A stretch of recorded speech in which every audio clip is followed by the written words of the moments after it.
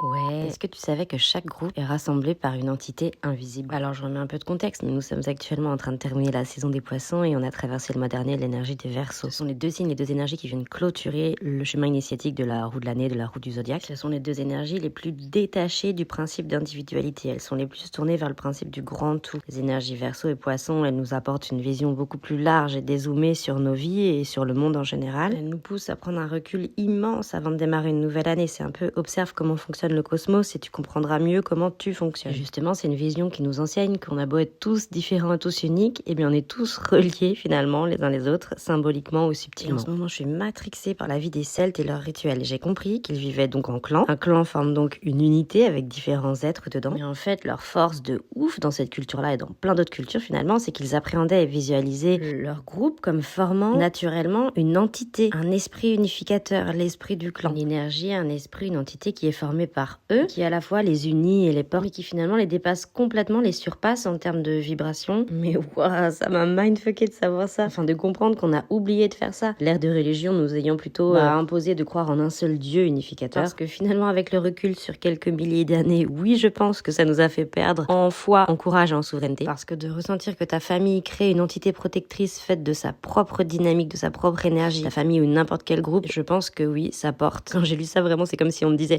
il faut que vous vous souveniez que ça fonctionne comme ça. Mais comme une forme d'urgence, parce que quand je remets cette info dans le contexte actuel, avec tous ces mouvements de lutte nécessaires qui émergent, déjà tous ces regroupements, sans le savoir, en s'unissant, en s'harmonisant, elles forment une entité de groupe, un esprit du clan qui va et qui peut dépasser leur pouvoir, les porter, les aider dans l'invisible en puissance. Faudrait qu'on réapprenne à travailler et co-créer avec ça. Là, tu feras ce que tu veux de cette info, mais déjà teste de te connecter à l'entité formée naturellement par la dynamique du groupe, de ta famille ou un autre groupe, et tu verras. Fais-lui des demandes, fais-lui des remerciements, et c'est game changer de fou. Voilà, merci de m'avoir écouté, bisous.